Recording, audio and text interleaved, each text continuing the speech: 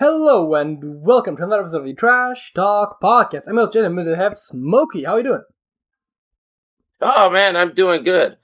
I almost gave you something like I do on the sportscast where I'm like, I am better than the Ravens fans right now, but I Ravens guess not that doing is well? irrelevant to I honestly haven't watched that much Actually, football lately.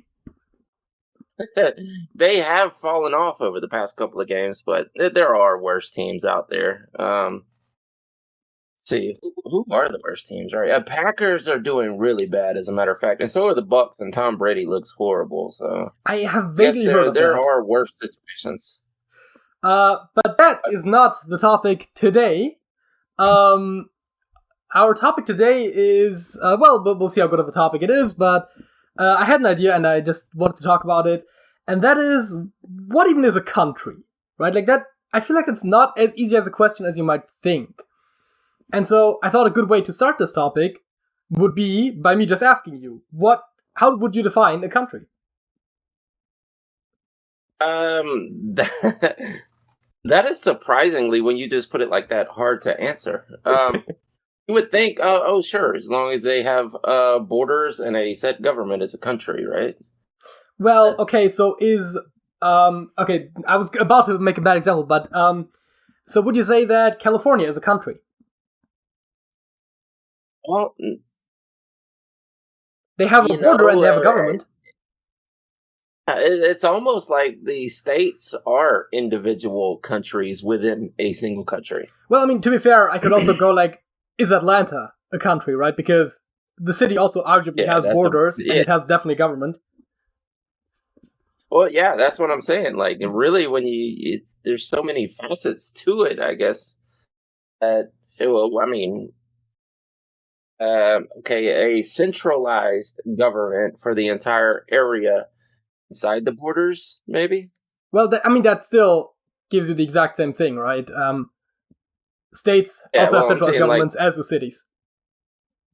They do, but then there's one big governing body over all of the states. So you would say there's no government above them? Yeah, exactly. Yeah, that's our words there. Yes, if you have a government governing a area with defined borders that has no higher government over them, then that would define a country, I guess. I mean, the whole defined borders thing is like a little bit wishy-washy with some countries where like the borders are at least not well defined, but they are generally broadly usually defined. So, obviously government above that is using the assumption that the UN is not considered a government, which I think is a fair enough assumption. You could then ask, is the European Union a government? Because that is a country, because they arguably do have a central government that goes above the governments of a lot of the member states. Although, whether or not it's above is a whole different topic about federalism, right? Where it's like, the government of the EU, as does the government of the US and Germany for that matter, derive their power from their members, unlike governments of other countries where the federal government is basically the core of the power. So in other words, the US federal government only has power basically because the states give it power. I mean, at least sort of historically and technically, that is how that distribution works. So that is already one of the aspects where it's a bit difficult to define, but I kind of gave you the softballs here, right? We're like picking a US state, and by the way, the reason I would have used Georgia as an example, but asking is Georgia a country is kind of a stupid question because there is a country called Georgia. Yeah. And so those like cities and states and that sort of stuff, it's like, yeah, of course, it's kind of weird because states in a lot of ways do have certain kinds of power that like even above the federal government, depending on what areas they're regulating, right? So the US government can regulate, there's a couple things, but the main one that I can come up with right now is the regulation of interstate commerce. But I think there's a couple others like defense and international relations and stuff like that. And I think international relations would actually be a very good standard for whether or not something is a country, right? Do you have international relations, right? Because the states and cities and so do generally not. I mean, there's like some very minor things, like sometimes you have like international partner cities and stuff like that, but broadly speaking, any like meaningful international relations is handled by the country. Mm-hmm. There's still a couple of weird cases, though, that is what gave me this idea in the first place. So, one are the British Crown dependencies, right? The Isle of Man and the, what are they called? Bailiwicks? Anyways, Jersey and Guernsey. The Channel Islands. Mm-hmm. I don't know what that exact term, the bailiwick thing is, but yeah, those things. Because they do, in fact, have their own governments, and they are, well, they're dependent on the crown, and as far as the, well, King of England, that feels wrong. But the King of England is their monarch, but they also still have their own local governments, and the UK does in some capacities have power over them, but generally speaking, they are self-governing, and the UK does, however, handle their international relations and their defense. So they're like not technically part of the UK, but also linked to the UK and are under the same monarch as the UK. So in a lot of ways, they are part of the same country. But also, you could make an argument that they are 3 independent countries, but also no one really recognizes them as such, really. So that's like one of the big examples. I don't know if you have something to say about that. Canada is also under the monarch, right? Yeah, but I mean, a lot of countries are. I think there are 14 different internationally recognized countries that are under the monarch. And one of the Samoan Islands or one of the Polynesian Islands also under the British rule. I am bad with geography, especially when it comes to those sort of things, like all the little islands. And shit. Yeah, well, me too. Obviously. I know it's a lot of islands. I mean, let's see. No, there's a French one. Of course, there's some American islands. The third. Why does it bring up a bunch of things besides the guy himself? Okay, there it is. King Charles III is the king of... Does it say that somewhere? Come on.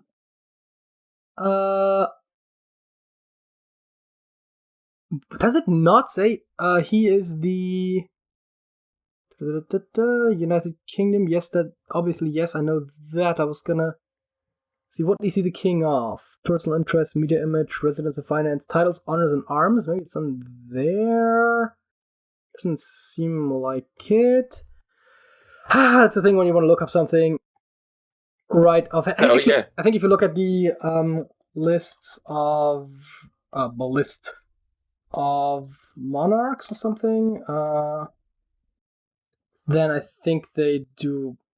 Well, okay, now that one. List of current sovereign monarchs. Yeah, that seems all right. Okay, Antigua and Barbuda. Antigua and Barbuda, Commonwealth of Australia, Commonwealth of the Bahamas, Belize, Canada, Grenada, Jamaica, the Realm of New Zealand, the Independent State of Papua New Guinea, the Federation of St. Kitts and Nevis, St. Lucia, St. Vincent and the Grenadines, Solomon Islands, Tuvalu, and the United Kingdom of Great Britain and Northern Ireland. Those are the countries that he is the king of. And he has been for 45 days, which means that King Charles III has officially been king longer than Liz Truss was prime minister, which was 44 days, if I'm not mistaken. That is just an unrelated fun fact. But yeah, so that is another whole thing where, like, the whole country thing, I mean, I don't think it's particularly debatable whether the aforementioned ones are independent countries, but they do technically all have the same head of state, and I'm not sure if they all have the order of succession technically codified, but, like, yeah, they de facto all have the exact same head of state, which does kind of make them politically related, although, of course, the monarch doesn't really have any real power, so that also kind of puts a damper on that. You could also make the argument about, actually the first on the list here, the Principality of Andorra. I'm not sure how familiar you are with Andorra. They're not very big. But they have 2 princes.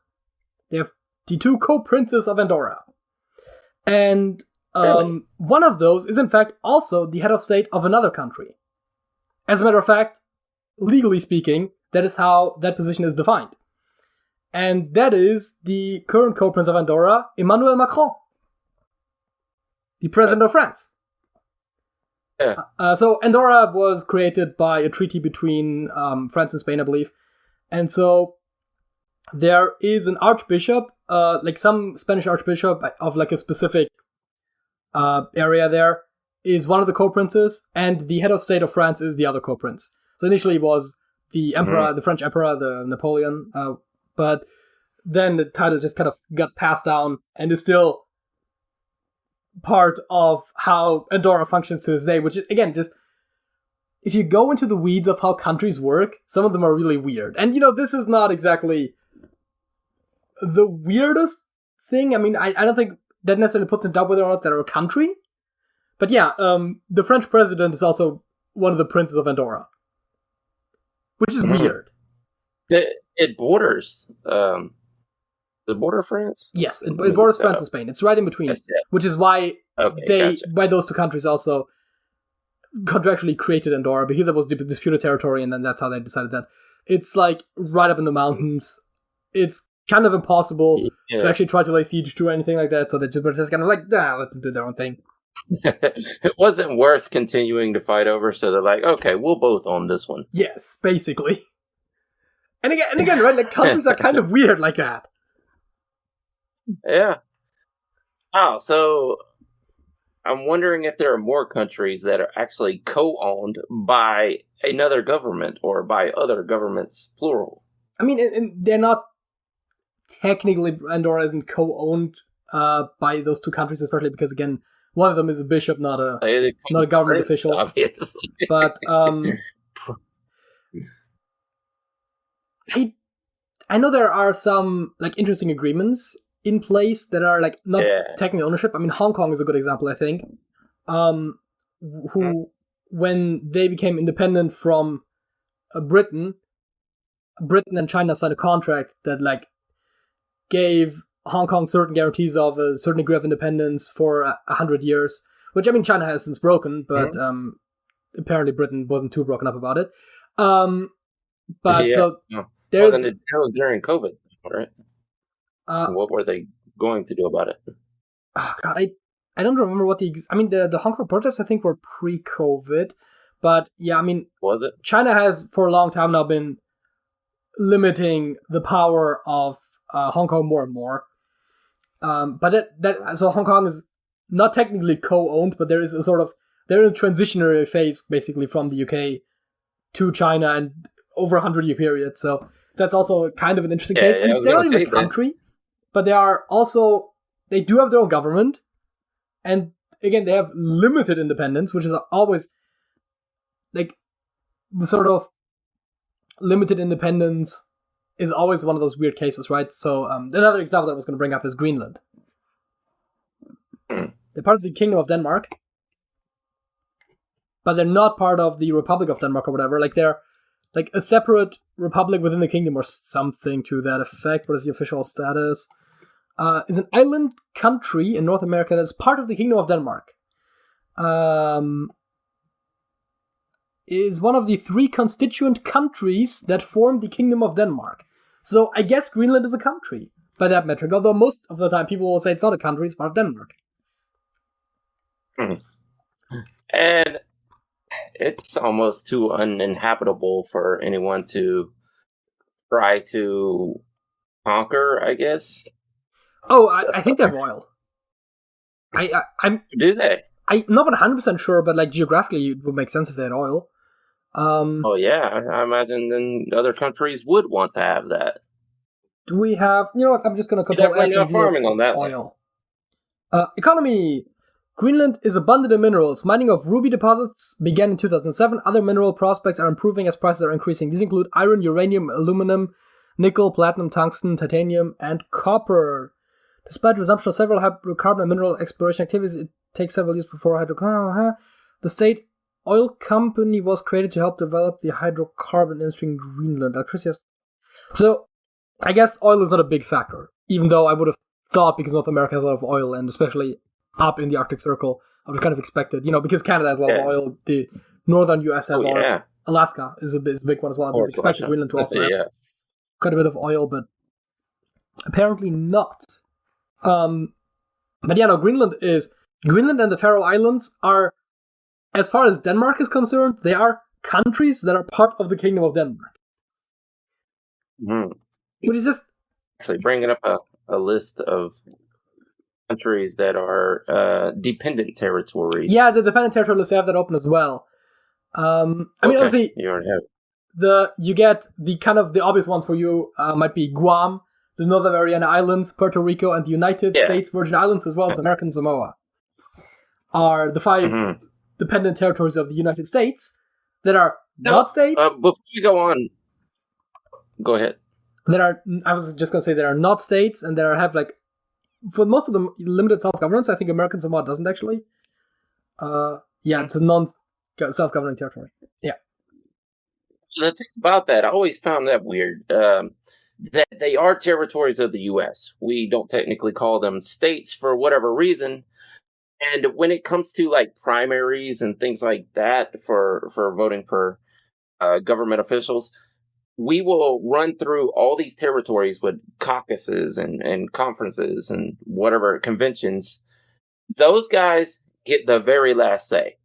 Like, it literally has to be tied through all 50 states, and then they move on to Puerto Rico, then Guam, and then at the very end, we might go ask American Samoa what they think about it.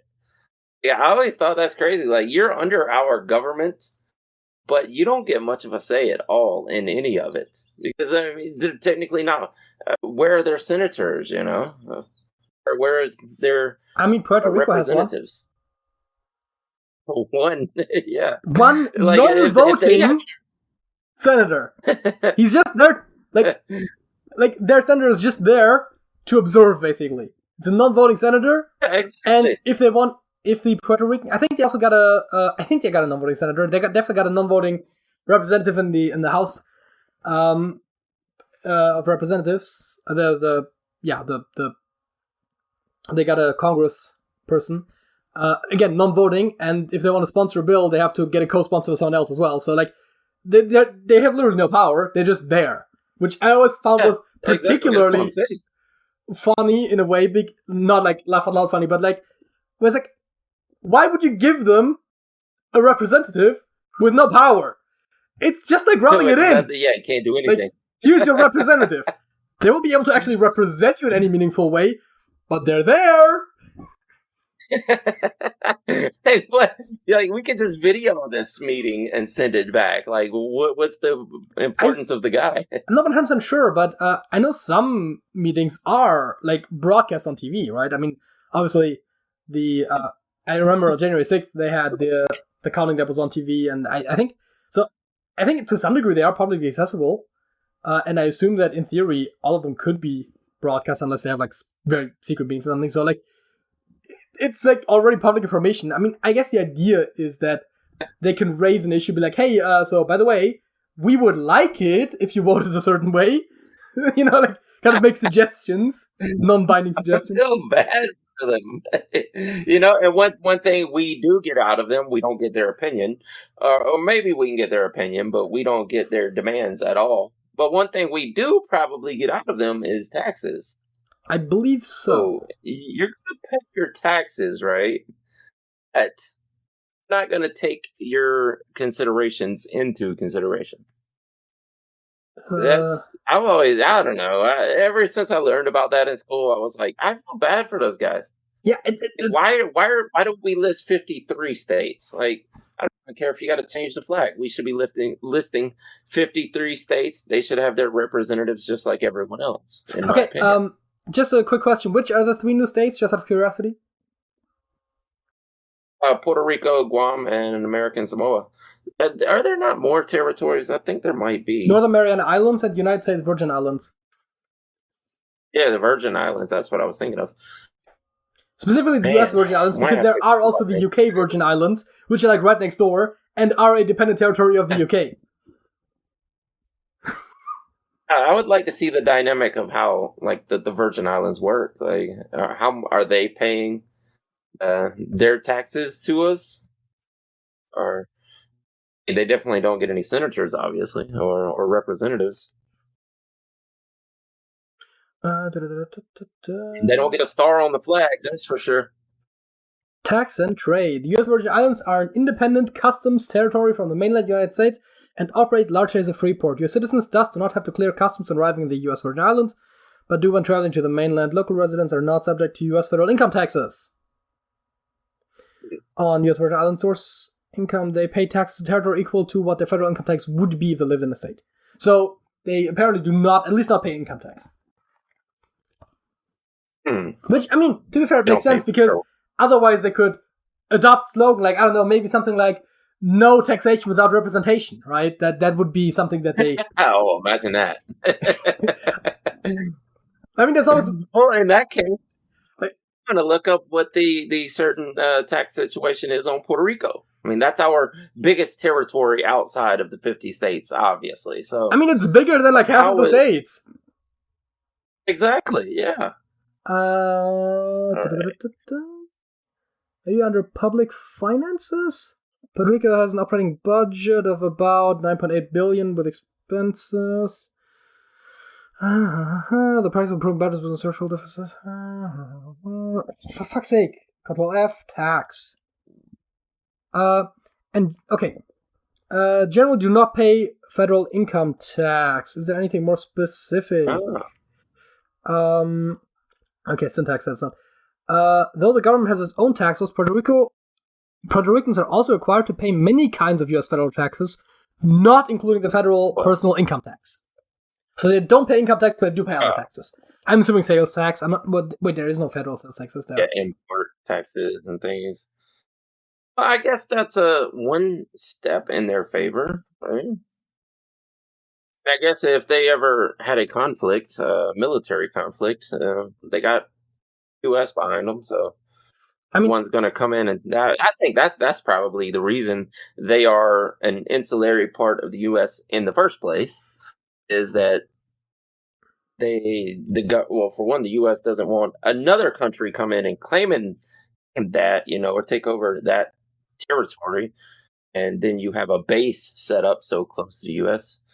I think if it would have been at all possible, we would have had Cuba also. Yes. But I think we just fought back a little too much, and we're like, okay, we'll just coexist with Cuba. So I will say that the defense benefit would also be there if they were a NATO member and not part of the US. So I'll just point that out. Mm-hmm. Although, in theory, if you are part of NATO, I think you are supposed to use 2% of your GDP for defense spending. So they would have to have their own army. I'm not 100% sure. I mean, I'm pretty sure that's just a suggestion, though, because Germany didn't do it for like the longest time. Basically until this year. You're saying that they're not part of NATO? Well, I mean, Puerto Rico, as part of the US, is part of NATO, of course. But if they were not part of the US and they were independently part of NATO, they would still have the US military behind them if they were attacked. Yeah, definitely. That's what I was saying. Definitely. I want to say, that probably happened before NATO was formed. Puerto Rico has been part of the United States. Secession from Spain, 1899. Well, the current constitution is 52, but secession from Spain, what doesn't tell me when they joined the U.S. American colony, 1898 through present. So actually before they seceded from Spain. Wow. So yeah, I mean, who broke that news? NATO obviously was way after World War II, so yeah, obviously that is way more 49, is it? Was it that recently after? Yeah. It says April 4th, 1949. Okay, but I mean, I didn't know. I would have, if I had to have guessed, I would have probably said it was maybe like in the 60s or something. But I mean, fair enough. They got right on it. I mean, I associate it mostly with the Cold War, but then again, I guess the Cold War did start shortly after World War II as well. Because obviously... that was 49 also, right? I mean, that makes sense, right? Because I think so. Obviously, again, I think the NATO was specifically kind of formed as a defense alliance against Russia. I mean, obviously, it doesn't explicitly say that it's just Russia, or, well, the Soviet Union at the time, but that was like one of the big purposes. Obviously, that is also the whole thing of like when East Germany joined, or rather became part of Germany again, and thereby basically de facto became part, because Germany was already part of NATO. East Germany also became part of NATO, and then Russia was like, "Hey, don't go further east, though."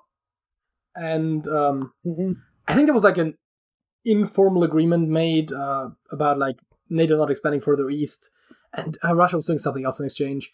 But I think they were in exchange. They kind of promised not to try to take over other Eastern European territories that they had lost when the Soviet Union fell apart. Of course, NATO did take in the Baltic countries, so they did kind of expand further east. And Russia, of course, is now trying to annex Ukraine. So, like, a little bit of column A, a little bit of column B. So I keep seeing these predictions, I guess you would say, and columns and editorials and blah blah blah. It's only a matter of time before the U.S. does get physically involved in the Ukraine-Russia conflict.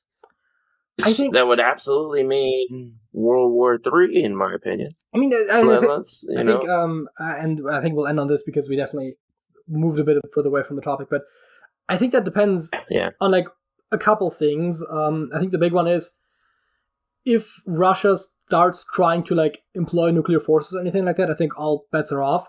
Or if they start attacking any NATO territories, obviously, then Article 5, I believe it is, would be triggered, and the US would be like right there.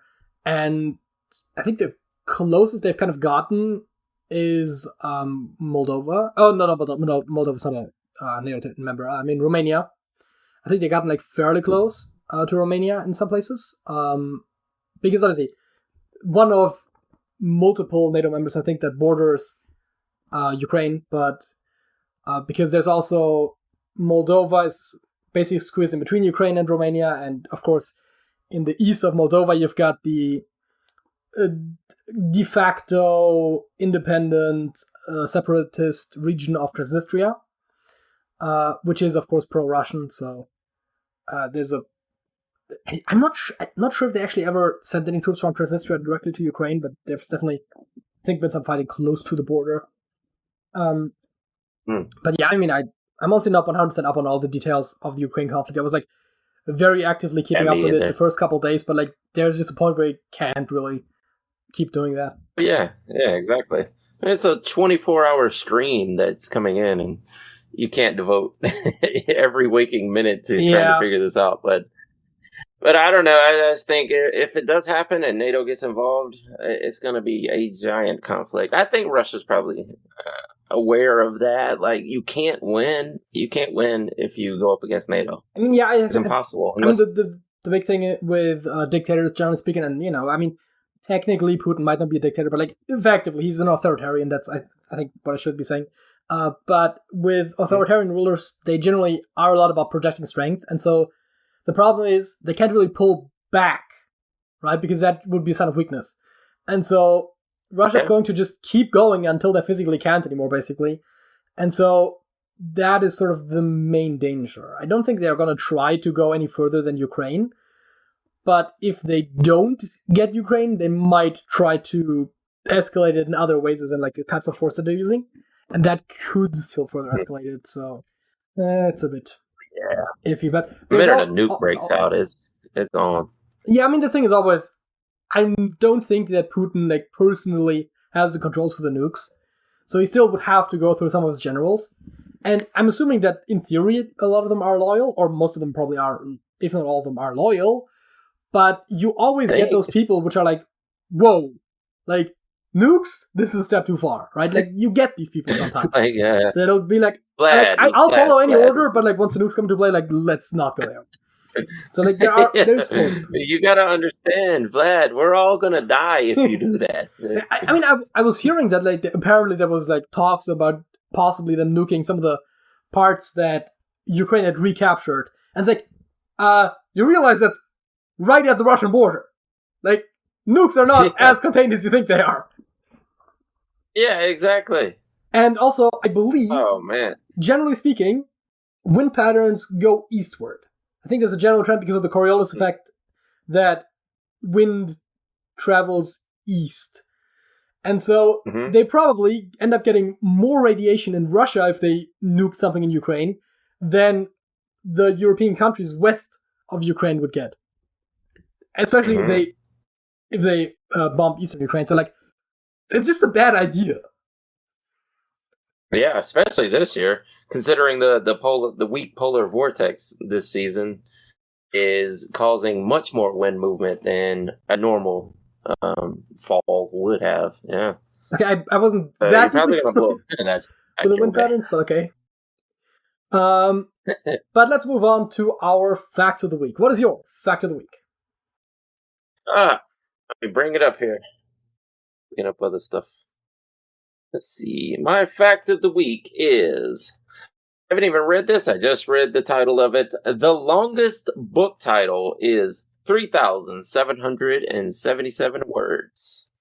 Author Vitalia Yatindra holds the Guinness World Record for the longest book title, which we're going to call The Historical Development of the Heart to save time, and there are even more words inside.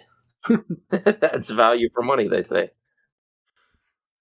So, sounds like she put probably the first 2 chapters as the title of the book. I mean, it certainly would sound like that. I mean, I guess there comes the question at some point of, like, what qualifies as a book title, and are all of the words actually on the cover? Because otherwise, it's not part of the title. How? How is that even possible? Very fine print. Yeah, I guess. That's obviously done just because I want to have a world record, right? I mean, that, or slightly less directly, I want to get attention for my book, right? Because people are talking about it. I mean, we are talking about it, right? So, I mean, yeah. you know, I'm not going to go out and buy the book, but maybe someone is curious and will. I mean, it's not the best idea to boost book sales that way, but, like, it's certainly an idea. Well, I mean, at worst, you can sell a few just because somebody wants to have the book that made the world record.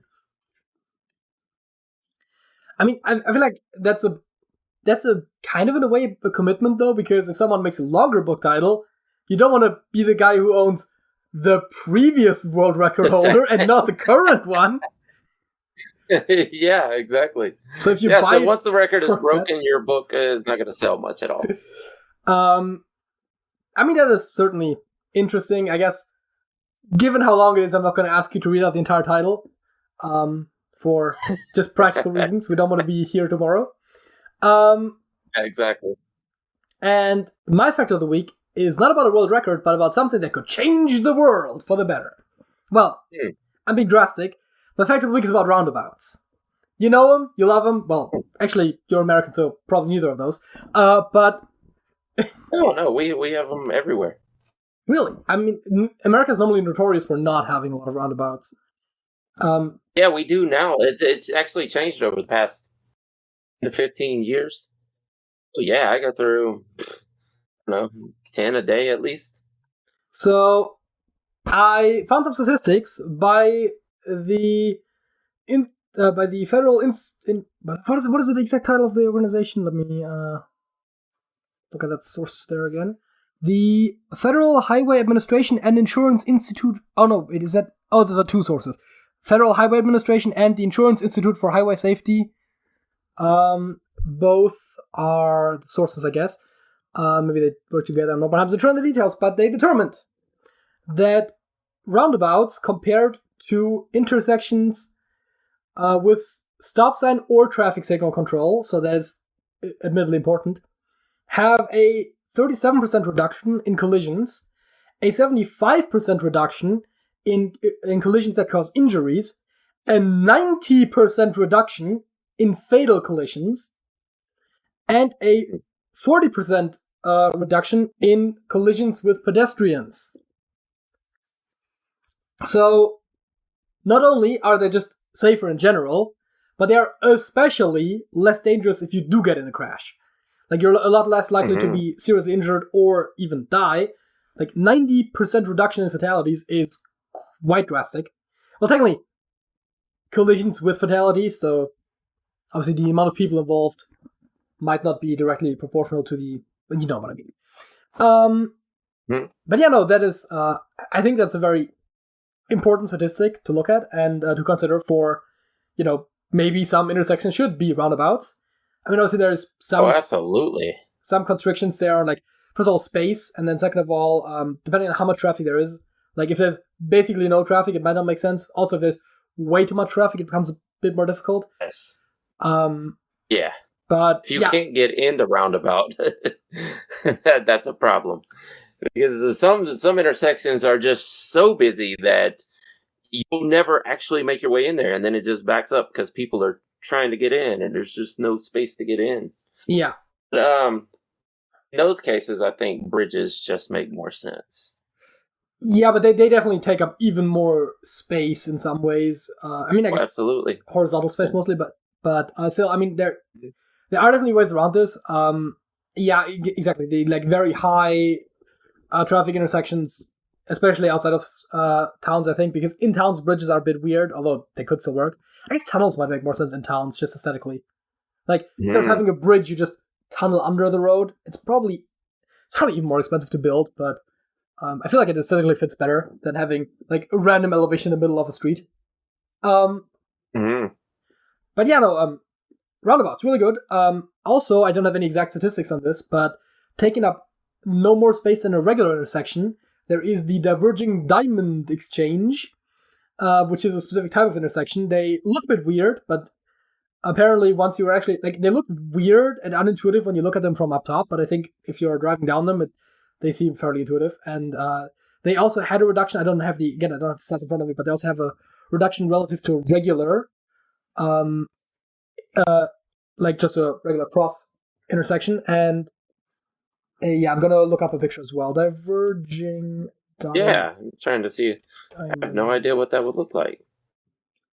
Images, because then I can do this and just show them on the screen. I mean, I guess this drawing is probably let me push it up a bit. We have plenty of those. I mean, yes, and those do not take up as much space, generally speaking, as the roundabouts. In some places where just because there's like buildings in the way or something, you can't really just build a roundabout space-wise. Those are, as far as I'm aware, also at least a safer alternative. Although this one I think also uses a bridge as well. Yeah, across. Yeah, an inverted bridge there. We started getting those about, 5 to 8 years ago. And you should have seen the confused looks on people's faces when they would come to the intersection and like, oh, you're telling me I drive on the left side now? Yeah. Instead of the right side. This is the image that I had previously seen of how they work, where it's like, yeah, you do just straight up crossover. Yeah. It seems like there would be more places where collisions can happen, but long story short, that's just not the case. Don't ask me why they work. Yeah. But they work. Yeah. Absolutely. A lot of it, too, is, making that left turn onto the other road or interstate or highway, whatever that is. It's so much faster, so people are not waiting to turn left sitting on the bridge. While they shoot across to the other side, they can just turn left without ever stopping. I think that was actually a big argument, because if you already are at speed, then it takes you a lot less time to pass someone else than if you have to build up speed first. You need a larger gap to drive into, and so you just have to wait longer. It's also just makes the traffic flow a lot better. Yeah, it's crazy. Like, people were confused at first, but now they work wonderfully. But again, I think if you're actually driving onto it, it's not that confusing because it just tells you where to go. There's like arrows and shit. Yeah, and also there's some barriers even that are like clearly, and there's lines on the ground where like the lanes go. It's like, just pay attention to what you're doing, and it shouldn't be too difficult.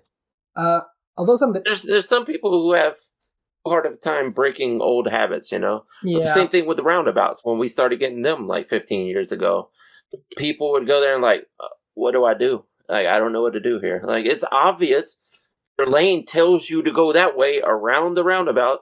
Just go that way. I mean, the one thing that I will say is that an empty roundabout is technically not intuitive which direction you have to go. Although that is, again, sometimes there are signs, and also it's like, yeah, it's always right. You just have to know you go the right way around. Or I think it might be left in Britain where they drive on the wrong side of the road as well. But like in like sane places, you just go right. In Japan also probably. I mean, Japan, Hong Kong, Macau, Australia, I but think, everywhere New else drives on the right Zealand, side. South Africa. I mean, there are a lot of places that drive on the left side of the road, mostly former British colonies. But Yeah. there are also even more that drive on the correct side. The right side. That is the correct side. You can go ahead and say that. Yeah, I mean, I usually say we drive on the right side of the road and the Brits drive on the wrong side. But Yeah. but none of that is relevant to what we're about to do, although it is still something to take into consideration if you're ever in, like, I don't know, a council meeting about road stuff. Uh-huh. We're going international. We are figuring out what the fuck are they saying, or rather, which language are they speaking? Since we don't want to go for too long today, we're going to go hard mode with 92 languages. Hey. So the way this works is there are 3 options here, and I think starting with the 6th question, there will be 4 options, and so on and so forth. And you will have to guess, and I think I'll have you guess first, and then I will give my insight after that. On which language is this? Our first options are, and I'm going to read them out, I guess, because you probably can't read them that well, or can you?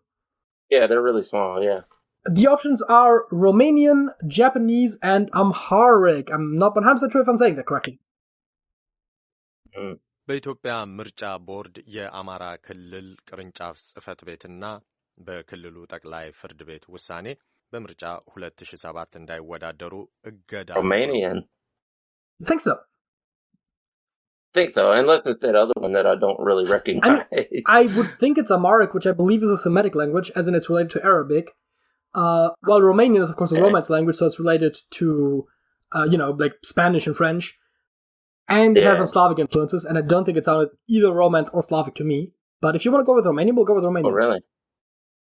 You may be right. What do you want to go with? I'll give you the final choice. Let's go with Romanian. It was Amharic. Oh, you were right. I gotta learn to trust JJ, man. The next options are Hungarian, Filipino, which I believe more accurately what we call Tagalog, and Vietnamese. Trong cuộc sống hàng ngày, chúng ta cũng thường chứng kiến đằng sau lời khen ngợi, cái bắt tay chúc mừng chiến thắng, cũng chính là những ánh mắt ghen ghét. It's Vietnamese to me, but it's also, it's definitely Asian. I mean, yeah, but Asian. The thing is, obviously, the Philippines are also in Southeast Asia. Yeah, that's right there, yeah. I mean, I think that has some Spanish influences. I'm not saying it sounds like Spanish necessarily, but I think Tagalog has some Spanish influences, and I didn't hear any of that. Hungarian, I'm not as familiar with. It's an isolate, so there's not exactly any related language as well. Very broadly Finnish and Estonian, but so I don't really have a frame of reference for Hungarian that well, but I would have also tended towards Vietnamese. I just known Hungarians and the way they speak English, and I didn't get a taste of that. It's definitely Southeast Asian, in my opinion, and I would guess Vietnamese, the way they put those sharp edges. Yeah, I would have also, based on the sort of the cadence, I would have also probably thought Vietnamese, yeah. Yeah, it's Vietnamese. Okay, now the options are Odia? I'm not 100% sure how that's pronounced, honestly. Bengali and Turkish. মানে এই দায়টা কার, এই সায় দেওয়ার দায়টা কার, বা রাষ্ট্র বা রাজনৈতিক দলগুলো তারা কেন দিচ্ছে না? এই ধরনের মৌলবাদী বা অসহিষ্ণু মানুষজনের সংখ্যাই বেড়ে গেছে এবং I mean, it's Middle Eastern, obviously. To me, it does, at least. Is it Bengali or is it Turkish? What is your guess? Well, I was gonna have you go first, but I'm thinking it's Bengali. I don't know. To be fair, I don't know what Odia is, so I don't know where in the world that is even from. Either. I'm canceling that out because I have no idea. At the risk of sounding racist, I immediately felt like I was listening to someone from a call center speak. In other words, it sounded like it's an accent from India. Yeah, so Bengali. Like slang from India, so Bengali would have made sense. Just, I don't know what, this is one sound that I make, which I think is like an but like it's a little different. Maybe just the way they enunciate the N or something, I don't know, but something about this. I think it's a little bit nasally, maybe. That just feels very Indian to me. Plus, just generally the rhythm and cadence of it, and the sort of the hard sounds. I would have guessed Turkish. I am going with you this time, and we're gonna go with Bengali. Yeah, it's Bengali. Right. Yes. I mean, in theory, I should hopefully be able to get Turkish, but in practice I haven't been that good at it when I've played this before. But obviously, as a German, I should have had at least some amount of contact with Turkish, because obviously there are large groups of Turkish expats, or I guess immigrants, given that they're not white, in Germany. Because we call them expats when they're white. That's not technically the distinction, but that's in practice usually how it's done. So we've got Slovenian, Italian, and Amharic again. በምስራቃዊው ላይ ጥቃት ካደረሱት መካከል አንደኛው ለመያዝ የሚያስችል መረጃ ለሚያቀብል የ200,000 የአሜሪካ ዶላር ሽልማት እንደሚሰጥ የሀገሪቱ መንግስት አስታወቀ። በጥቃቱና ከመንግስት ኃይል I mean, the only thing I understood was that she was talking about the American dollar. Yes, exactly. What was the third one again? Amharic. I believe it's a Semitic language. I think it's spoken somewhere in like northern or northeastern Africa. I'm not 100% sure on the location, though. It might be that would be my guess here. I mean, yeah, I think Slovenian, if I'm not mistaken, is a Slavic language, so it would sound at least a little bit like Russian, maybe, and Italian, obviously. I think we could both exclude it being Italian. Yes. It is Amharic, yes. That's it. We have Jesus. Achinese. I'm sorry, I have no idea. Swedish and Dutch. I mean, I don't know what the language is, but I'm fairly certain it's not Germanic, so we probably will be able to tell whether there's that or not. Sjön också, det är ju mycket, jag tänker på båtolyckor, det är mycket alkohol med i bilden när det gäller båtolyckor i Sverige. Men vad jag har förstått så har det gått neråt. Och jag har förstått så den här sommaren, många börjar beskriva att den här blir en historiskt fantastiskt bra sommar. Men det har väl konsekvenser med sig också för med sig när det är torrt så länge ute i markerna. Men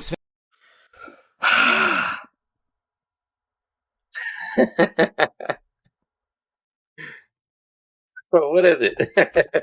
It's a Germanic language. I can tell you that much. Yeah.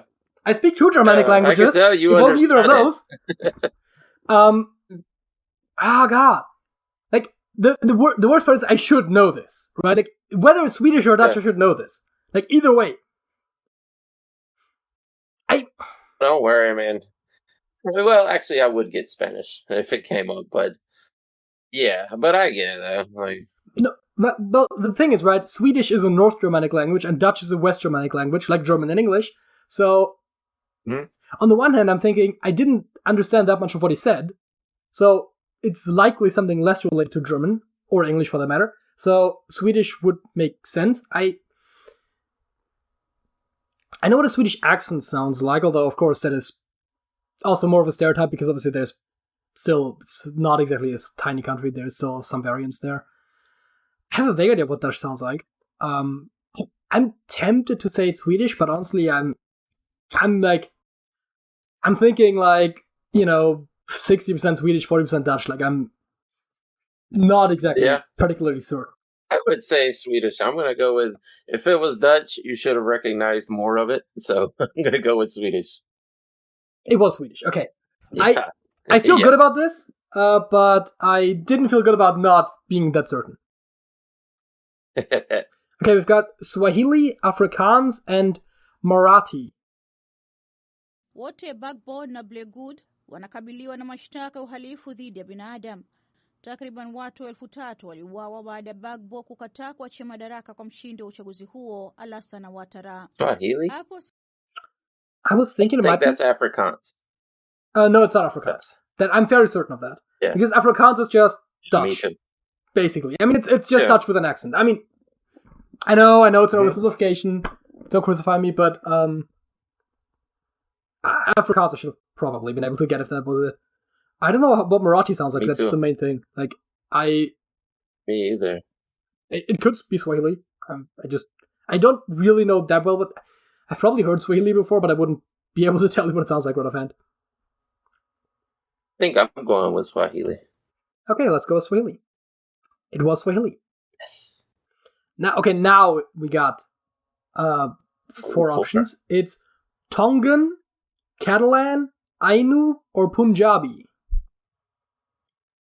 Udaya moshirun itara bembem, yordan petibita shikapne kano kayo tarahemhem. Yuanes orotapaye, orowakorowen buye pnishiwa or yordan, pet ota baptisni akore ni serubelea.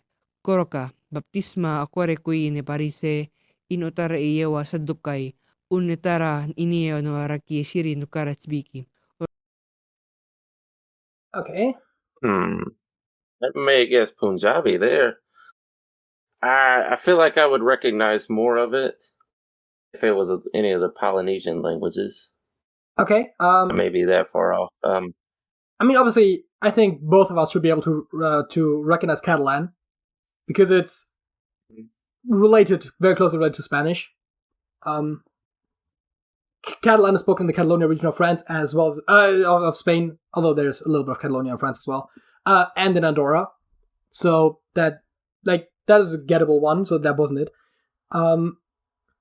I've noticed some reduplication, which I associate more with African languages, but I think is generally very broadly common. I think it's just not as common in Indo-European languages, so that doesn't really limit it that much further. Although I guess Punjabi might be Indo-European, I'm not 100% sure. Given that it's from India. I'm not sure if all the Indian languages are actually Indo-European though. But again, like I basically just saying it's definitely not Catalan. So you're saying you think it's Punjabi? Yeah. I think so. Okay, I mean, I think I can certainly see why one would think that I might have gotten there too. I'm not 100% sure. That was Ainu. Ooh, it was the one. It was the one I didn't know. Well, I mean, yeah. Okay, we've got Burmese, Finnish, Danish, and Bengali.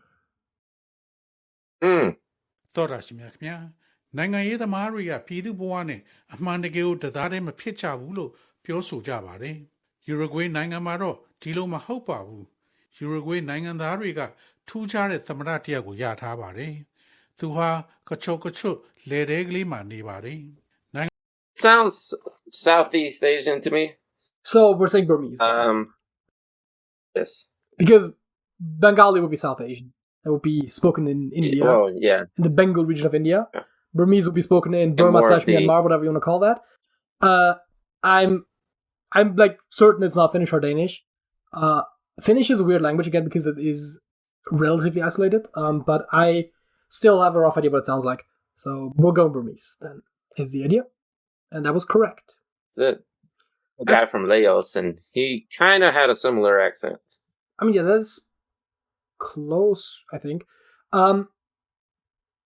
Esperanto, Pampangan, Albanian, or Russian? Pro tio che agnosco de la essenza digno cae de la egalai cae ne fordoneblai raitoi de ciui membroi de la homara familio estas la fundamento de libero, justo cae pazzo en la mondo. Pro tio che malagnosco cae malestimo de... Is that the Universal Declaration of Human Rights? I think it might be. What was that? I think it's a Declaration of Human Rights. I'm not 100% sure. Oh, really? I mean, like, I can more or less understand what he's saying. Again? So that's... What? Oh, well, if you already know. I mean, so I didn't explicitly get what you were asking before that. I was saying, read the options again. Esperanto, Pampangan, Albanian, or Russian? I mean, a lot of things sounded kind of Spanish, so maybe Esperanto? You do know what Esperanto is, right? Okay, no, maybe I don't. No, I was just asking you. Esperanto is a constructed language created by a linguist called L.L. Zamenhof as a universal language that is incorporating words, vocabulary from various languages while also maintaining a very simple grammar. Now, in theory, it was supposed to be like very all-encompassing, but in practice, it was just using mostly vocabulary from European languages. So it has a lot of Romance and Germanic words, and Spanish. a handful of Okay. Slavic ones as well. But that's also why I can understand it fairly decently, because like, oh yeah, if you speak a Romance language and a Germanic language, you can like understand any Yeah. sort of Esperanto just from listening to it. So. Going by the name, I assumed it had to be something, either Italian or Spanish related. So, technically speaking, it's not related to any of those languages because it's not naturally diverging from anything. It's just a created language. But of course, Really? it draws a lot of its vocabulary from the Romance languages, so it is, in that sense, related. It's about as The related. name seems like it would be, though. Yeah, I mean, It's like Esperanto. just the name Esperanto. It That means sounds like it's coming from the Spanish language. yeah. I mean, it means hope. Sounds like a word in the Spanish language. Yeah, it means hope. What? So it means hope. He initially called it, I think, Lingua Universalis, but he published under the pseudonym Dr. Esperanto, and I believe that is supposed to mean hope, because, I mean, I don't speak Spanish, but I do speak French, and esper means to hope, so that would make sense. Serbian, Marathi, Bengali, or Finnish? आज आपण जी गोष्ट ऐकणार आहात तिचे नाव आहे आंब्याचे झाड. मित्रांनो, फळझाडे असोत व फुलझाडे, झाडी सर्वांनाच आवडते. त्यातून आंब्याचं झाड तर सर्वांच्याच परिचयाचे आहे. सर्वांना आंबट कैऱ्यांनी आणि गोड आंब्यांनी आनंद देणारे भव्य स्वरूपात आपला स्वतःचा संसार. So, we run into one of those problems again where I can't place where one of those languages actually belongs. That's my main problem here. Yeah. Like, I don't know where Marathi is from. Want to look that up then? Because it sounded... So, actually, do you have any tendencies from just what you heard? Let's start with that. Read the again. Serbian, Marathi, Bengali, and Finnish.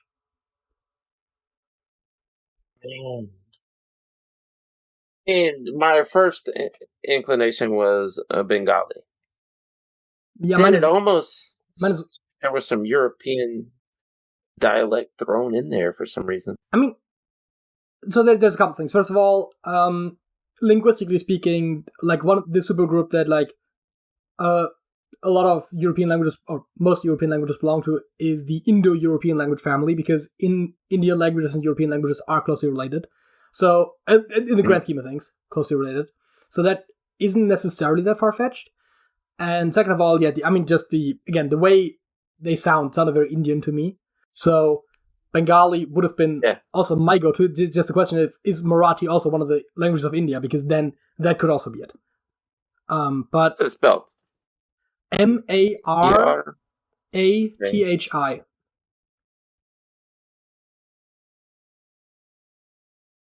Let's see. Indo-Aryan language, predominantly spoken in by Marathi people in the Indian. Wow, that makes it tough. Because that is language spoken in India also. I mean, I would probably still pick Bengali, just because, first of all, that was my first instinct. Yeah. And second of all, I feel like the less common language is, and I'm assuming Marathi is less common than Bengali, the sort of more likely it is to diverge from expectations of that country. So just based on that, it's like, oh yeah, Bengali. But yep, let's do it. It was Marathi. Ooh. And we gamed over, getting 350 points, which means 7 correct answers. Which is not great, but also it is hard mode, so be expected that we don't perform particularly great. Also, I think we got a lot of hard ones this time around. I like, oftentimes you'll get like, oh yeah, is this, but I mean, okay, it's not necessarily always gonna go like, is it Spanish, English, or German? But even if it's like one out there language and the other ones are easy, then it's usually pretty easy to also guess what it is. And that brings us to our second topic. We're gonna do some Would You Rather questions, because those are always fun. Yeah. Would you rather win an Oscar or win the Nobel Prize? I say the Nobel Prize. I mean, yeah. Because The Nobel Prize is probably going to be remembered long after everyone forgets what the Oscars are. First of all, I'm pretty sure the Nobel Prize also comes with cash. So, like, yeah. And also, I'm sure the Oscars do in a way. I mean, you get paid for being on the show at least. I mean, okay, fair enough. And also the other thing is just, again, I think the Nobel Prize is, in my opinion, just more meaningful. It's as someone who's scientifically minded, it's generally also certainly more meaningful to me. I mean, even if you go like literature, I still will probably prefer to get a Nobel Prize in literature over getting an Oscar for like best actor or best director or something like that. So it's just, I think the Nobel Prize just speaks to me more. Yeah, absolutely. In any given situation, would you rather be the first to die or the last to die? Well, that depends on the situation. I was about to say, like, that's a very broad question. Yeah. Because, broadly speaking, I do value my survival, but, like, if we're all dying of thirst or something, like, I'm not exactly gonna volunteer to, like, be the last in that situation, but, so it's like... Yeah. Well, what if you staying alive actually could help other people stay alive even longer? In that case, you may want to be the last. I mean, obviously, if you're in an emergency situation, like, if you're the last to die, that doesn't necessarily mean you die in the situation, right? Like, if it's, like, one of those where, like, you have a plane crash somewhere in the wilderness, and, like, a bunch of people die in the impact, and then, starvation hits and stuff like that, and then, like, eventually rescuers come, and, like, you were, like, one of the last 5 people to survive. And so it's like... Yeah, exactly. Because, I mean, obviously, I guess the idea is that you die in the situation, but it doesn't not really that specifically say it. I mean, I guess in a vacuum I'd say last, but honestly, this is a weird question. Yeah, I guess so. I mean, to be there for the other people, you may want to be selfishly last. I think that's probably what most people would have chosen here. 57% of the people said last, and 43% said first, so it's pretty close. Yeah, closer than I thought it would be. I mean, yeah, me too, but then again, it's such an abstract question. It is. If you had kids, would you rather regurgitate food to feed them, or lick your children to bathe them? Oh, it's like being like an animal. Great. Well, I know what I'm picking. Man. I'm gonna say regurgitate. Yeah, I mean, obviously, right? Horrible. Like, the other one is fucking disgusting. I mean, this one isn't great. Yeah. But, like... Yeah, because that means you're licking feces and everything. Yeah, no. Yeah. Would you rather save the Library of Alexandria from burning or know what happened to Atlantis? Good question. I mean, I'm going to go with the top commenter here. Like, I feel like it's a very easy answer. Yeah, I mean, the Library of Alexandria, but it really depends on what all was actually stored in the library. Yeah, but Atlantis didn't exist. Or most likely didn't exist. We don't know that. I mean, isn't that what the question is about? But, like, imagine you press knowing what happened to Atlantis, and then the answer is just, oh, it didn't exist. It's like, oh, great. Well, I would have never guessed. Suck, and you picked the wrong answer. Let's go with Alexandria. I mean, so the question of the Library of Alexandria is also, of course, the idea is that a lot of knowledge got lost, but also it's hard to say how many of the things in the Library of Alexandria didn't actually have copies. So, like, it's not really easy to say how much was actually lost in practical terms. But I still think it is, especially if a lot of knowledge was lost, might be one of the most tragic events in human history.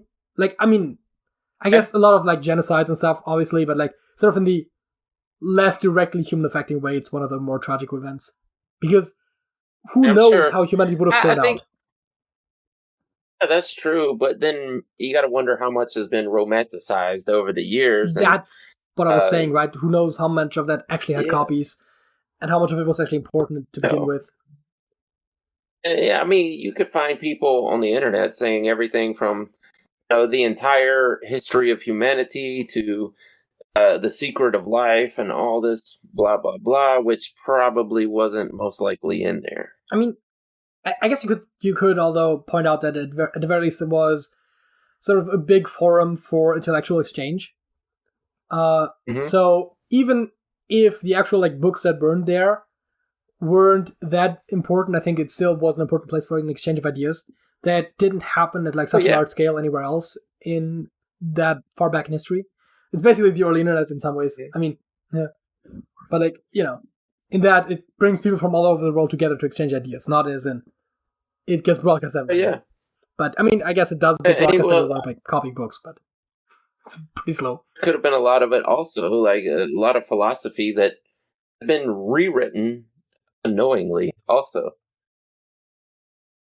Philosophy is not something that can't be replicated by accident over thousands and thousands of tries. I mean, I guess if it did set us back, then the question is, how much did it set us back, and where would we be if it hadn't set us back? I mean, you could actually make an argument that I just came up with, and I mean, I've already clicked it like way back when, but knowing what happened to Atlantis just changes your knowledge. Saving the Library of Alexandria changes history. So the question then becomes, first of all, there's, every single time travel story ever basically tells you, like, don't mess with history. And the second thing is, it basically is suicide, right? Because if the Library of Alexandria never burned, human history arguably would have changed. Even if not drastically, but like in a lot of ways it would have changed, right? People that would have gone there didn't go there because it didn't exist, and so on and so forth. So over like hundreds of years, population demographics would have been slightly different and whatnot. So like the idea that your parents would meet or even exist in the first place is basically impossible, right? So statistically speaking, even a small change that far back would likely erase you from history, which in that sense, if you take that into account, then I'm definitely picking Atlantis. Yeah. I'm wondering, though, how much would it change today's society if we had all that information suddenly right here at this place in time? I don't think much, because what I think... kind of information was in there, and how much could it change the future? I mean, philosophy, as you said, would be kind of interesting, but most of what they would have known about technology most likely exists today, right? Like, there might be some things that we don't know exactly, like Greek fire, but like, it's also just early napalm, right? Like, even if it is distinct from napalm, it still serves the same purpose. So it doesn't really help us to know what it was like. So I don't think that we'd, like, technologically we'd get anything from that. So it is really more just historically interesting and maybe philosophically interesting, but I don't think it would really dramatically change our society if we just now basically recovered everything that was destroyed back then. I'm thinking little to no effect. I mean, yeah, there's definitely going to be some effect, but little effect. It's not going to change the complete course of humanity at this point in time, like it would have in the past. Okay, I think you're better at history than me, but do you roughly know when the Library of Alexandria was, or when it burned, I guess? But I can look that up. Because I just had a very interesting thought, but it really depends on the timing, although I think...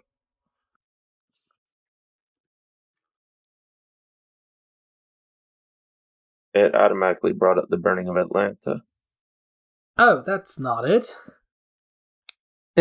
Yeah, 48 BC. I can't remember if it was early BC or early AD or BC. There would probably be some religious documents in there pertaining to Judaism, but obviously nothing about Christianity because that didn't exist back then. So that could be interesting because obviously early religious documents can recontextualize what we believe about how those religions came to be and whatnot, but also there have been other findings about early religious texts that do contextualize a lot of modern religion, and day-to-day practitioners just don't care, right? Like, no one really cares about the Dead Sea Scrolls unless you're an academic or you're just interested in religion as sort of an abstract concept. And similar other, like, the Book of Daniel or whatever, like Enoch, which I think might be part of the Dead Sea Scrolls. Oh, yeah, a lot of them that were left out, yeah. The Gospel of Judas, like all those things, like... Yeah. Your day-to-day Christian isn't going to care, so it probably wouldn't dramatically change it, but that could be one of those where, like, if all of the documents came back at once, it might draw some public attention, and then maybe some people would reconsider their faith, but also probably not. Yeah. Let's do one more and then move on to the songs. Huh? If you could only use one type of bill for the rest of your life, would you rather pay in nothing but singles or pay nothing but hundreds? If you got change, you couldn't spend it until it added up to 100. Also keep in mind the stigma of paying with only singles. Oh, for fuck's sake, right, there are $1 bills. Right, that's a thing. If you can only pay in 100s, read that part again about the ones have to equal 100. What were you saying? If you got change, you couldn't spend it until it added up to 100. Also keep in mind the stigma of paying with only singles. So, first of all, this question doesn't really apply to me. Because there are no €1 bills, right? The smallest one is 5. I mean, I guess there are coins, the €1 coins, but that's quite different. And also just a lot more impractical than bills. Just from the sheer amount of weight you have to carry. Coins are going to be completely obsolete soon. And the value of coins are... It takes more materials to make a coin than the coins are worth these days. I mean, I think for the euro that's only true for the 1 cent coin, but yeah, no, the 1 cent is the only one that has I think the nickel more material value than actually face value. I think some of the 2 and 5 cents might still be more expensive to actually produce because it's not just material cost, obviously. But I mean, obviously, if I had to, if I had to pick coins or bills, I'm obviously picking bills, right? Like that's... Yeah, oh, absolutely. But I would go with the singles. I wouldn't want the hassle of having to save up all the singles all over again just to get 100 every single time, and buying something that costs $2 and you got to get $98 in change. And yeah, I would go with the singles. I mean, I like if we assume, because this is how the question was written. If we assume American dollars, then I'm also picking singles. Again, with euro, there's no buy a car with it though. There's no good equivalent. I mean, only use one type of bill for the rest of your life. It doesn't even. So this is the other question, right? It says one type of bill. It does not limit your coins, and as far as I can tell, it doesn't limit your credit card / debit card stuff either. You can write checks. You can Oh yeah. It does just constrict bills, and like realistically, how often do you actually pay with hundreds, right? Never. If I had to buy something that costs like $100, I would most likely end up paying with my debit card, right? So it's like, yeah, exactly. So in practical terms, I don't use large bills. Cash at all anymore. I mean, okay, so I'm German. I love cash. I mean, Germany, as far as like money is, and a lot of like digitalization, we're like quite a bit behind the US and also a lot of other European countries in some ways. Like, because Germans are just just very old school in some of those ways, and especially when it comes to money. So we do actually use a lot of cash. We're a cash society, arguably. We have the means to pay you with our debit cards, but cash is definitely still very common. But also, I've barely ever actually had €100 bills. I'm almost always like it cap out at 50, right? Like I'll have multiple 50s, but I'm not gonna have hundreds usually. It's just I feel like in day-to-day circulation you don't really come across 100s, 200s, and 500s. It's almost always like 50s, 20s, and 10s and 5s, which are not as much the anymore. only lower denominations. Now that stores here are not actually carrying as much cash because everyone's paying digitally, they don't even allow in many cases for you to bring in 100 if you're buying something small. Like if you're buying a $3 item, they don't want you to pay with 100 because they don't even have that much cash to be making change for that. So a lot of them will say, $20 bill minimum or whatever, or maximum. So that exact phenomenon I have not seen, but I have definitely seen in Germany. You sometimes get like gas stations and sometimes even stores having signs where it's like no 500s, because those are just the most popular ones to fake, apparently. Although I think that's not true anymore. But so just a lot of 500s will just be counterfeits, and so they're like, oh yeah, and we're not bothering with that, right? If you manage to smuggle like a smaller counterfeit, it's also like if you buy something for $5, you give them a 500, like a counterfeit 500. and they give you $495 bucks and change. It's also just a bigger loss, right? Because if you buy something for a small amount and you give them a 50, you're not going to give them 10 50s and be like, hey, give me change. It's like, what? No. Right? Like, So I think that's part of the reason, but also just, again, because they're just the most valuable to counterfeit. But yeah, again, like just, I think talking to doesn't usually go about 50 in most cases. Oh, yeah. I was talking to a cashier about this recently, actually, and she said that maybe 1 out of every 25 transactions are actually cash these days now. I mean, crazy. It depends on where you go. I think supermarkets these days, also in Germany, you get a lot more people paying by card, just because also like if you're doing like your weekly family purchase and whatnot, you easily end up with like triple-digit amounts in some cases. I mean, depending on how big the family is, blah blah blah. But like you can easily end up in the triple digits. So it's like you're not carrying that much cash. But so a lot of smaller purchases is still cash. I mean, I tend to also usually carry around $50 in cash with me. So, it's fairly normal. The only time I have it is when someone pays me in cash. Like, I don't make an effort to get cash from the bank anymore. Someone pays me for, a job or something in cash, I'll spend that cash, but I don't go out of my way to actually carry cash anymore. And there's times where I can go weeks without having a single bill in my wallet. I mean, I do generally prefer paying cash, and I probably, in over 90% of cases, pay everything cash. Even for gas, I usually pay cash, which actually, interestingly enough, the nearest gas station to where I live, you can't pay in cash because they don't have a cashier. It's just all automated. So, like, I'll sometimes go out of my way to drive to, like, the next gas station, which is, like, to be fair, it's, like, less than a kilometer away, like, less than half a mile away. Maybe about half a mile away. I don't know. Actually, that's not true. It might actually be, like, a mile. But, like, it's not very far away. And so, it's like, oh, yeah, like, I might as well go over there. And sometimes they're also a cent cheaper. So, that also comes on top of that, but not always. So, that's a bit of a gamble. And technically, it's an extra wasted way, but also, like, I can pay cash, and I just feel more comfortable paying cash. But again, that's just a societal thing. It's just a cultural thing. Yeah.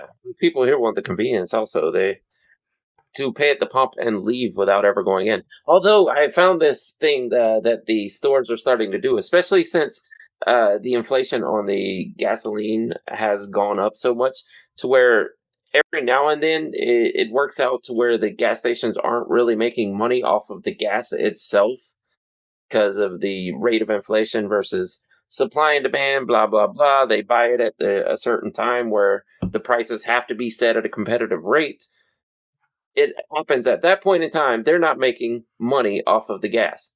They're basically selling it for the same price they're buying it for. So they make money off of getting you to come in the store. Yeah. So a lot of times they will make it where you can't get the receipt, the pump. It'll run out of paper and they will leave it there. And every single pump will be out of paper.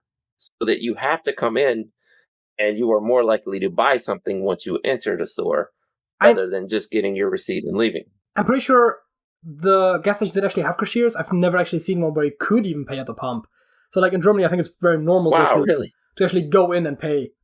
Again, the only gas station I'm aware of that doesn't do it is the one where they just straight up all automated. They don't have a cashier, so you have to pay right there. Yeah. And it's technically not even at the pump. There's 4 pumps, and there's like one central thing in the middle where you actually do all the paying. Yeah. I don't know how that works for you guys. Yeah, actually, we had one of those. They called them UFO, undetected fuel outlets, but I haven't seen one of those in probably 10 years or more.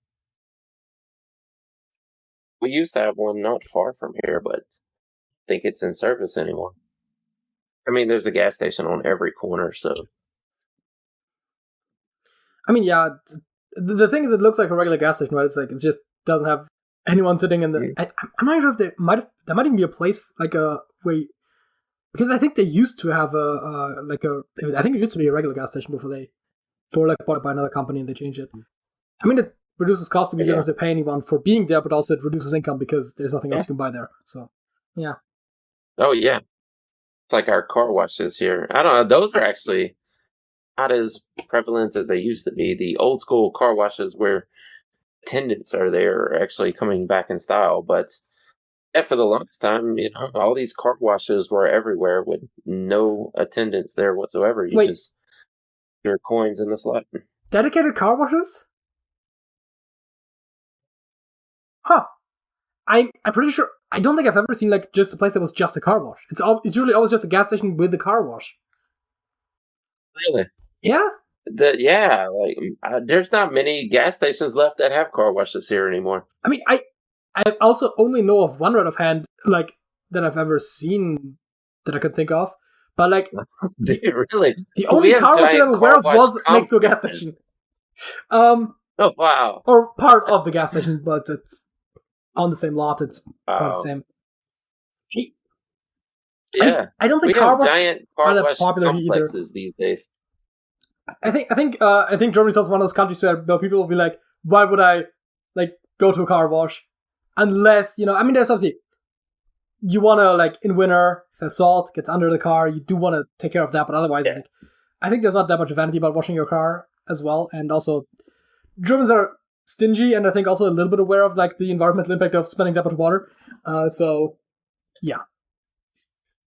Not because our rivers are going dry, and here we are making sure our lawns are watered and wash the cars.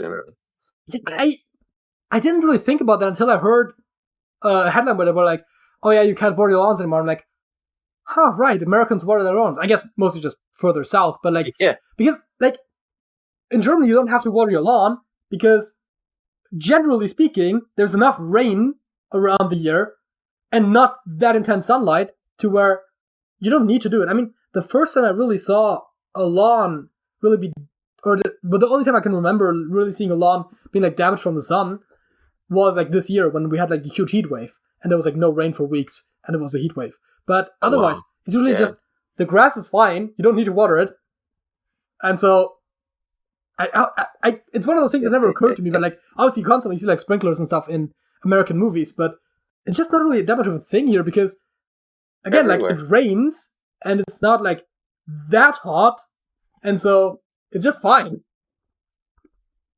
Yeah, they're everywhere here, especially people with sod lawns. I mean, but also again, you're pretty far south as well, so the further south you go, the hotter it gets, and also presumably less precipitation. It does get very hot, and especially actually, the summer was pretty wet this year. But starting around September, I think around the beginning of September, it has gotten really dry and probably only had one rainy day in the past 60 days or whatever it's been. But yeah, our summer was pretty wet, but it doesn't matter. If there's one day without rain, the people are turning their sprinklers on. I mean, then the question is, they want to have the best lawn on the block. Yeah, is it necessary? I gotta have a nice green lawn. And also, I think people in the South just generally shouldn't have grass lawns. Like, as a general rule. I mean, is that because of the water requirements, right? Like, it's just, I mean, I guess if you don't water it, I guess it's fine, but like, there are other types of lawns that you can have that don't need that much water, right? I think there was, I think moss is one of the things. Of course, that's quite a bit different in texture, but I think there was some other alternatives as well, where it's just like, oh yeah, this just doesn't need as much water. And you don't need to water it at all, even if you're in the southern US. So it's like, yeah. I wish mine would stop growing because in the middle of the summer, I have to cut it every single week. And it gets overgrown then. Well, it makes me mad. A strong word. I mean, yeah, I don't have to, but then, homeowners associations and neighbors complain and things like that. So it feels like a very American thing, but I do know that it exists in other countries as well. But like, yeah, I am not aware of any homeowners associations in Germany. I'm sure they exist. I'm just personally not aware of any. Yeah. Well, we're a vain society. Yeah. I mean, I think we have like one neighbor in the street that's like that type of person, but also they generally have the good sense to at least leave other people alone about it. So like, but like the ones that are like always like prim and proper and like always like constantly mowing their lawn and like decorating their yard and shit like that. Yeah. We're like one. They're everywhere here. Everywhere. Yeah, I enjoy the dry months because I don't have to cut the grass so much. Yeah, fair enough. I think that is probably enough about that topic because it's not even really on the topic anyways. At all. And how about we move on to our final segment to leave the show on a high note, as it were, and move on to our Songs of the Week. Yeah. What is your Song of the Week? Mine is actually a song by Nina. And I want to talk about this after you play it, but it is 909 Luftballons. I think I said that right. 909 Luftballons. You just heard us sing it twice. Maybe you have an idea of how it's pronounced now. Yeah, 909 Luftballons. Did I not say that? I mean, it's still pretty far off. Okay, you say it. 99 Luftballons. Oh, you're saying noon. It sounds like she says 9. 9, yeah. 99 Luftballons. E-U-N, right? E-U-N? 99 Luftballons. 99 Luftballons. The thing or is, in America, it's not Luft, it's Luft. Luft, okay. That's the big one, right? It's like German way. it's ooh, like in zoo. Well, not quite in zoo, but like Luft. Well, that would be more like Luft, but Luft. It's not like an A. It's more like a I guess like a double O. But because if you say Luft, it sounds like an A. The Americans say it. They say Luft. Yeah, but this is wrong though. It ain't American, my dude. It's German. Hey, don't shoot the messenger here. Anyway, as we actually heard it eventually in America, this was remade in English. Yes. It was called 99 Red Balloons. Yes, I'm aware of that. Because it was translated and altered just a bit. How this song became famous in America. It was I don't even remember. I don't know who it was, but someone had a record of a song that was supposed to be played on the radio station. So the DJ grabbed the record and actually played the B-side or whatever, played the wrong song, and it was this German song by, how do you say it? Because we say Nina, what is it, Nina? It's Nina. Okay, so it is Nina. Nina. It's not ni, it's ni. Okay, that sounds the same to me. I mean, but anyway. So to me, it sounds like you're saying Nina, right? Like Nina. That's what it sounds like to me when you're saying that. Nina, yeah. That like the second time you said it there was pretty much it, yeah. Let's see. Anyway, that's who it was. That's who was on the. I can't think of an English word that has the actual A sound in it. It's a little bit like the schwa, like the reduced sound, like the like when you have like a non-stressed vowel, but it's like a little bit. But that's also like, it's not really quite that either. It's because there's a lot more emphasis. It's ni, like in. I mean, technically, the word that you use to denote a maiden name is also pronounced ni, but I'm not sure if the English speakers actually pronounce it that way, like the N-E-E one. Well, N-E, cute accent, second E. That in French is also pronounced ni, but I don't know how much trouble the English pronunciation of that is. Ni. You probably also say ni.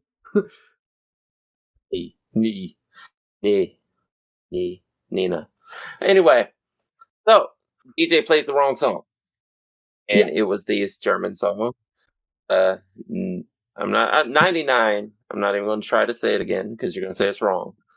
Luftballons. But anyway, so the people started requesting it, and they're like, "Well, this is not even an English song," but people requested it so much that they kept playing it, and the German version became a hit in America before there was ever an English version. And eventually it was remade, and the rest is history. I mean, yeah, it was also a big hit in Germany. So I am very familiar with this song, just because, I mean, I generally, especially as a kid, I was a big fan of the Neue Deutsche Welle, literally New German Wave, but I think it's basically German New Wave, which was just a lot of German pop music in the 80s, which is, I think, around the first time we talked about Falco last time. Exactly, yeah. I mean, it's from around the same time, and that is the time when German musicians started actually like making German pop music, as in German. So there was some English language as German pop and rock music. Before then, you had Schlager, which is kind of somewhat pop adjacent, but it's not really quite it. And then you would have otherwise just German bands singing in English, like the Scorpions, for example, being a very big German rock band that sings in English. Mm. Absolutely. Yeah, that's basically how it happened. And of course, the translation was different. And in the end, if you read the translation of the German, which you can just read the German, but compared to the American version, the stories are quite different. So, since you mentioned the translations before I started the show briefly, I did pull them up, and I think most of the verses are pretty similar. So the intro bit is like completely different, but like the outro and the verses like vaguely. I mean, obviously it's by no means word for word. It's not even line for line, but I think the meaning is fairly similar. The one thing that really stood out to me is that the last two verses they just kind of switched around for some reason. So the one with the like Sie hielten sich für Captain Kirk, the everyone's a Captain Kirk line is well, the English version has a line that's literally is everyone's a Captain Kirk, and the German line is Sie hielten sich für Captain Kirk, which doesn't mean the same thing, but it's close. And that is in the last verse before the outro in English, and in the sort of the middle verse in German. And so it seems. Oh, yeah, that was the next line that's not in the English. The fireworks line. It's not in the English version, right? Feuerwerk. That is correct. Yes, it has. As a matter of fact, it has. That's what it was. The Captain Kirk is the third line in the German version, and the fourth line in the English version, because they have everyone's a superhero, everyone's a Captain Kirk, and so the superhero line is not in the German version because that's basically what the Captain Kirk line is trying to say to begin with. So you're basically just repeating yourself. Yes. And it's weird because the because in the German version, sorry, go ahead. In the German version, it's the story seems to be about balloons that were let go over the Berlin Wall that sparked a military action sorts. Whereas in the English version, they make it seem like she went and bought these balloons specifically just to let them go in sort of a memorial of something. Yeah, so that is, I think, is the big difference, right? The intro bit, where in the German one, she's just basically saying like, "Hey, do you have some time? I'm gonna sing you a song about 99." Balloons, but the literal translation of Luftballon would be air balloon, but obviously that just means balloon. On their way to the horizon, do you maybe think about me right now? I'm gonna sing a song for you about 99 air balloons, and that something like this comes from something like that. So she's basically just literally just introducing the story, right? Like hey, let me tell you a story, basically. And the English version is her buying the balloons and everything, which doesn't really make sense with how the story is told, because in the German version, I find the intro and the outro kind of work almost as if they kind of go together, right? Where it's like the intro is her saying like, "Let me tell you a story," and then she tells the story of the balloons, and then the outro she's like basically talking about the aftermath. And so the way I've always interpreted it is that the intro and the outro both effectively take place after the whole balloon thing already happened. And so in the English version, the intro is basically setting up the inciting incident. So yeah, that is the big difference. But I think the verses broadly have the same meaning, except that again, they second and third verse are swapped. Although of course, I'm looking at Genius Lyrics right now, and in the German version they count 4 verses and an outro, and in the English version they count an intro, 3 verses and an outro. So basically, just count the intro as the first verse, which they are very similar. And whether it's an intro or first verse doesn't really matter, but it does kind of fuck with me when I'm trying to actually compare them. President line is obviously not in the German version. Well, not directly. I mean, they have the 99 Ministers of War, and those are the ones that call out the war and the war line, and then in the English version, it's 99 Decision Street, 99 ministers meet, blah, blah, blah, blah, and then this is what we've waited for, this is Boys, this is war, the president is on the line, as 99 red balloons go by. That is, the president specifically is not mentioned, but I mean, the general gist of it, like, that there's a ministers meeting and then they call out the war, is there, it's just in the last verse, because it's setting up the ending where everything's destroyed, and I mean, I guess scrambling the fighter jets after they declare war does still make sense, but in the German version, the way it works basically is that first the balloons just go up. Wait. So first we have the intro, then the balloons go up, they're detected, they think those are UFOs. Which to be fair just means unidentified flying objects, so it could still refer to enemy aircraft. Yes. Yes. They send out the fighter jets. The fighter jets think they're the big guys, they think they're Captain Kirk, they engage them, they start firing. And then, I guess because of the firing, then the war is called out, right? Because they're like, oh, there's like fire in the airspace, like, it's war. And then in the English version, it's more like, she gets the balloons, she lets them go, they detect them, they think there's something going on there, then they call out war, and then they start firing. So I guess it does technically work both ways. It's just, the order is a little bit different. And again, the big difference is really the intro, where she causes the incident in the English version, and in the German version, she basically just reports about the incident. Yeah, exactly. I mean, yes, same premise, I guess, but a different way of telling the story. But yeah, it's interesting. Interesting, and it was a hit in both countries. And I think here it is actually charted twice because of the German version and then the American version. I mean, I'm not as familiar with the details of the actual, like, real life story. I did briefly look over the text because you did mention it ahead of time, because honestly, I'm not very familiar with the English version, because obviously they only really play the German version over here. Oh, yeah. And I never really went out of my way to listen to the English version. I think I might have, like, heard some snippets when, like, they were talking about it on the show at one point, but, like, I'm just generally not familiar with the English version at all. Oh, yeah. When people would buy the singles here, you would get the English version, and then on the B side would be the German version. I mean, yeah, in Germany, obviously, that was just another song on the B side. Yeah, exactly. Yeah, interesting story, though.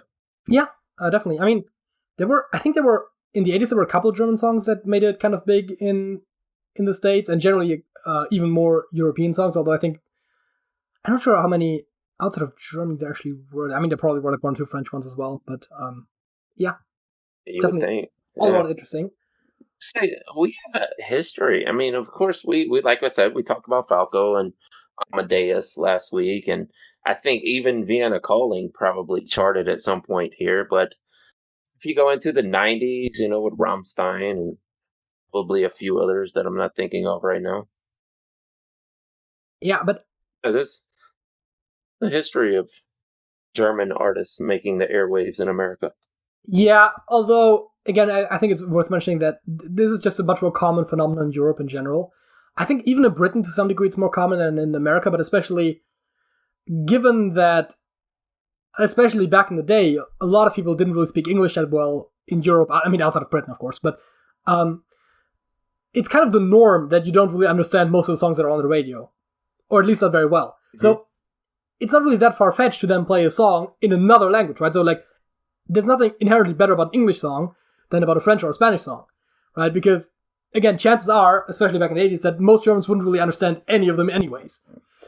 So you get a lot of European countries where you get a lot of European hits where a song from one European country would chart in a bunch of different European countries that spoke completely different languages. So you'd have French and Spanish songs making it in Germany and German songs making it in France and stuff like that, which is just fairly normal. I think it still happens to a degree much more here than there. I know we had about 10 or 15 years ago. I mean, I'm not really keeping as much up with the music these days, but like back when I was in school, I know Alors on Danse was a big hit in Germany, which was by what's his name? Stromae, who is Belgian. People always like to point that out. He's not French, he's Belgian. But it's in French. And then, as far as I know, Papa Ute, which came out a bit after my time, but was actually even a bigger hit by his. And then also, Zaz had... I was like... Why am I blanking on my song titles right now? Come on, I like that song. Let's see. Music? Zaz? Je veux, which was also like a big hit in Germany. So like, it's like, French song. Like, whatever. Yeah. It's just, I think the approach to like foreign language songs is just very different in Europe than in these States. Where it's not really as noteworthy if it happens here. Yeah. I get it. I don't think you'd be hard pressed to find for an average day a song that's not English. Like I said, there's the random Rammstein that comes through or whatever like this back in the 80s, but most days you're gonna hear straight English all the way through all day. Yeah, in Germany it's probably most days in Germany it's probably like, I don't know, like 50-50 or 60-40 like English-German. It's just both. And then occasionally you'll get like a hit from another European country charting, or sometimes also like South America or something like that, where it's just like in another European language, I guess I should say, and then those can also stick around for a while, and then you'll get like, I don't know, like a 55-55 or something split. Oh yeah. Oh wait, 55-45, but yeah. Because otherwise it adds up to 110%. But yeah, that doesn't really matter. Yeah. I guess that's it about your song, huh? Or do you have anything else to say about 99 Luftballons? No, I think that's it. Also, I will say, I say ballons because that's just how we say it where I'm from, but like, obviously I think technically it's ballons with that, but we always added like G sound in like the French ones with the nasal N. We often make it NG for some reason. So also like long bon, right? Like bon in German is like a receipt, right? Like if you're in a grocery store or in a supermarket, your receipt, right, that you get. We call that but Kassenbon. And so where I'm from, we would say bon, which I know means something else in English, but we'd say bon, not bon. Yeah, it does. But technically, that's also Luftballon. But yeah. Oh, gotcha. My song of the week. You were talking about long titles in your fact, and I have a song with a fairly long title. I don't think it's holding any records, but it is fairly long, and it might actually get the record for the longest song title in a song of the week on the show. And that is I Pledge Allegiance to the State of Rock and Roll by Kiss.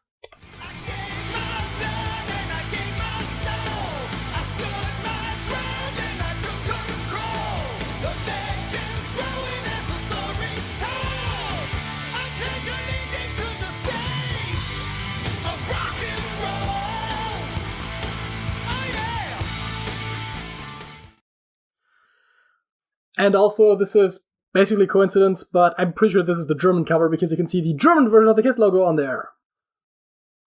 Ah. Wow. I was just reverse image searching the cover because the version that I had was a little bit small, and I found a bigger version that this happened to be one that came up in the right size and had the German logo on it, and I was like, I'll use it. Yeah. So for the uninitiated, the Kiss logo portrays the two S's normally like lightning bolts, I guess you could say. Yes. Or you could say... I was going to ask you, is that the reason? Like the old Futhark rune for S, which obviously is... So, I don't know why Kiss specifically decided to use that style, but obviously that is the exact logo of the SS, right? And that's not exactly something that is, like, that Germans really like, and also, as a matter of fact, is illegal in Germany, I'm pretty sure, the SS logo. I'm not sure if it still is, but it certainly was at the time. And so they legally had to change their logo in Germany if they wanted to print it on, like, records and merch and whatever. So, in Germany, it's always, like, the S logo with the more regular-looking S's rather than the lightning bolt-looking ones. And I'm pretty sure the SS used the lightning bolt shape, specifically because, obviously, in the old Nordic runes, that was the rune for S as well. And obviously, they really liked a lot of Nordic things. I mean, partially because of the whole, blonde yeah. and blue eyes, and partially because of mysticism Yeah. baby. But yeah, that is why Kiss has a different logo in Germany. Although I do have a T-shirt where they have the international logo on it. That is from a German supermarket. So either someone made a big oversight and just printed the wrong shirt, basically, and no one caught it, or it has since been unbanned and they just decided to go with the international logo. I'm not 100% sure. Oh, that's interesting. Yeah. So that was the first thing I thought of too. When you said this is the German logo for Kiss, I was like, I bet it's the S's. Yes. It's that same logo actually also, I'm not going to show it because I'd have to move the camera, but is also pretty much right above the edge of the screen. Yeah. On the Gene Simmons there, it also says Kiss with the German logo because, again, bought in Germany. Yeah.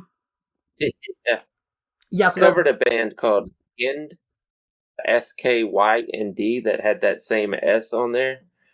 And what would be the case of that when there's only one S? Is it still okay to use the lightning bolt? Would assume so, but I don't know. I think it's also just very popular in general to write an S like that because it just looks cool. I'm not 100% sure what happens with one S, but the two S's were definitely too much because it's again, it's straight up the logo of the SS. And I'm not saying that Kiss intentionally used Nazi imagery because I doubt it. Especially because think so with them. Their singer is from Israel. Some bands. Yeah, exactly.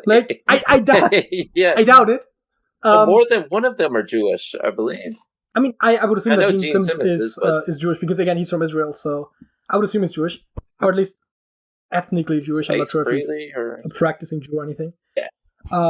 Exactly. But yeah, no, I mean, obviously that's probably just again, because it looks cool. It's kind of an obvious way to write a cool looking S. Well, that and the cool S that we all know, but which somehow is a universal thing, right? The S, I can't draw it out of hand, but the one where you have but it's this outlined S that everyone and their mother knows how to draw. Oh, you put the 6 lines and then connect diagonals and everything with the triangle on top. Wait, what happens if I just image search S? I'm kind of curious. I wanted to just search cool S to demonstrate, but I'm just going to look for S. Okay, no, that doesn't work. The S that everyone drew on their notebooks in school. Cool S. Yeah, I knew cool S was going to work, right? It's cool S, right? It's the yes, cool S. Exactly, yeah. We all know it. That's it. It's yeah. We drew that in school. It's an international thing. Yeah, everybody did, yeah. Yeah. I don't know how this spread. I was going to say before the internet, obviously, by the time I went to school, the internet was a thing, but this is just a thing. Oh, dude, yeah, that's happened for many, many years. But no, I mean, pretty sure my parents probably drew that on their notebooks. So yeah, that's the one of the two cool ways to write an S. But yeah, no, obviously the Futhark S one is also pretty obvious, and I think it's just a coincidence. But it was a bit unfortunate for the German market to just have it actually say SS on top of that. I don't think that the single S is outlawed because it's such a simple shape. It would be. Mm-hmm. It was a very simple shape to outlaw, right? It's just 3 lines with one of them being at a 90-degree angle to the other two. It's yeah, exactly. It's very simple shape.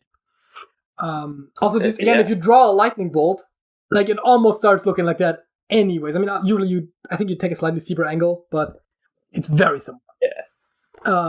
Yeah. But yeah, that was a no-go. Yeah. But yeah, obviously, the reason why I chose the song is because it's talking about the state of rock and roll. So yeah, I mean, obviously, it's just relevant to the topic at hand. But yeah. Yeah, definitely. Any closing thoughts? I think that's it for this week. Well, or this month, or however long we do this. Yeah, I mean, the podcast is a weekly thing. You are obviously not on every week, but I swear to God, you can also watch it when there are other people on. I do sometimes, as a matter of fact. No, I was just saying because the ones with Hollywood and you always get a lot more views because we got some of your fans coming over, but they then tend to not always watch the other ones, so, you know. Gotcha. But if you do enjoy this content, you might consider subscribing to this channel if you want to support it, you can also give it a like. You can leave a comment if you have anything to say, and of course, do subscribe to the Trash Talkers as well. I doubt we're getting a lot of people from here to there, but hey, who knows? And yeah, Smokey? That's it. That's it.